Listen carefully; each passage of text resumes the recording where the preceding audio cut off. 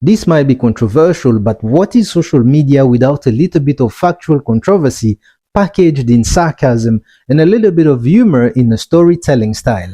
Exactly. Boring. You see, there's always been an unspoken and spoken feeling amongst the French elite that Africans are ungrateful on top of the many other things for not celebrating the positive role of colonization. I'm not kidding. I'll pull the receipt before we get to the counter. And this feeling has grown even bigger since countries in the Sahel regions are getting rid of the many tools of French imperialism in their country.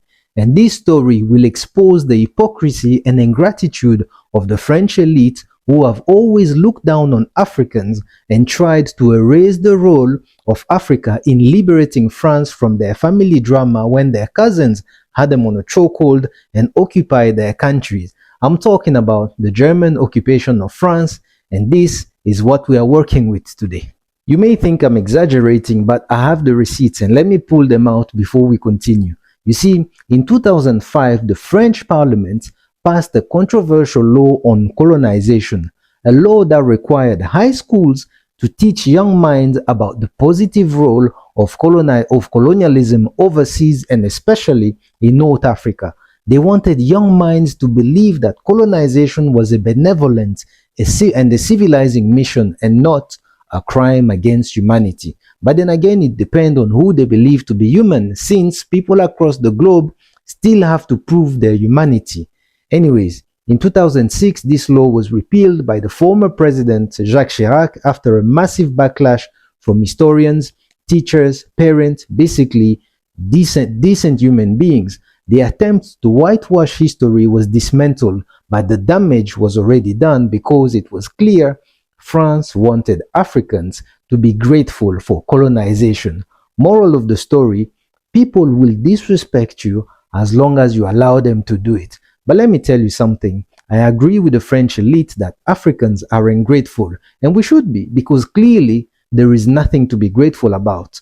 Colonization was a crime against humanity that robbed Africa of its resources, dignity, sovereignty. I mean, when it comes to sovereignty, France should know better than anyone how it feels. However, it's forgotten. It's forgotten too soon, and I'll prove it because history is stubborn. You see, in 1940, France was invaded and occupied by Germany, but some French soldiers were opposed to the German occupation of their territory, just like the people in Burkina Faso, Niger, and Mali were opposed to French troops on their territory.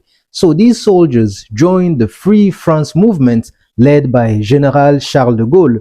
If you've ever been to Paris by plane, Paris Charles de Gaulle International Airport is named after him. He was a French general and he then later became the French president. But back to the story. Where did they go to organize their resistance? London? Washington? No, they went to Africa. They were political refugees. They fled the heat of their country straight to Brazzaville in the Republic of Congo, which was then the capital of the French Equatorial Africa. And there they found loyal allies amongst the African people who remained faithful to France despite being colonized by them. You see, it is from the Congo that Charles de Gaulle organized the resistance against his cousins and the Vichy government. The Vichy government was a puppet government approved by Germany, just like some of the puppet leaders we have in Africa who are backed and supported by France. But I think as Africans, this is where we missed the opportunity to gain independence before the 60s. And on our terms, this was a golden opportunity. Listen, I'm not a fan of kicking a person when he's down. However, if that person is my oppressor, then kicking that person down is the least they'll have to worry about. You see, De Gaulle knew there was no room for mistakes, so he had to win the support of the Africans. So he quickly called for reform in colonial policy and he promised more representations and rights for African people. Unfortunately, many Africans believed him and they volunteered to fight for the liberation of France and the sovereignty of France. They formed units such as Division Leclerc, Force Française Libre, les Tirailleurs Sénégalais, and more. They fought in various campaigns across Africa, Asia, and Europe. They probably hoped that France will appreciate their sacrifices and grant them their independence after the war. But they were wrong. They would have had better chances reasoning with a block of concrete. Because after their country was liberated, the French authorities showed our elders that the child of a snake is a snake. Their contribution was not recognized. They were not even compensated for fighting for France. Instead, they discriminated against them, neglected them, and faced them with injustice. They sat there on the sideline watching their white counterparts receive all kinds of benefits, pensions, and rewards, while they stood there receiving nothing or very little. Many died poor without ever seeing the salary for their work, and some were even killed by the very country they fought for. On December 1st, 1944, right after the war, in Senegal at the Thiaroye military camp in the outskirts of Dakar, African fighters were rounded up and shot by French troops. That historical event is known today as the Thiaroye massacre. But what was their crime, you may wonder? Well, the serious crime of asking for their salaries. Yes, that was their crime.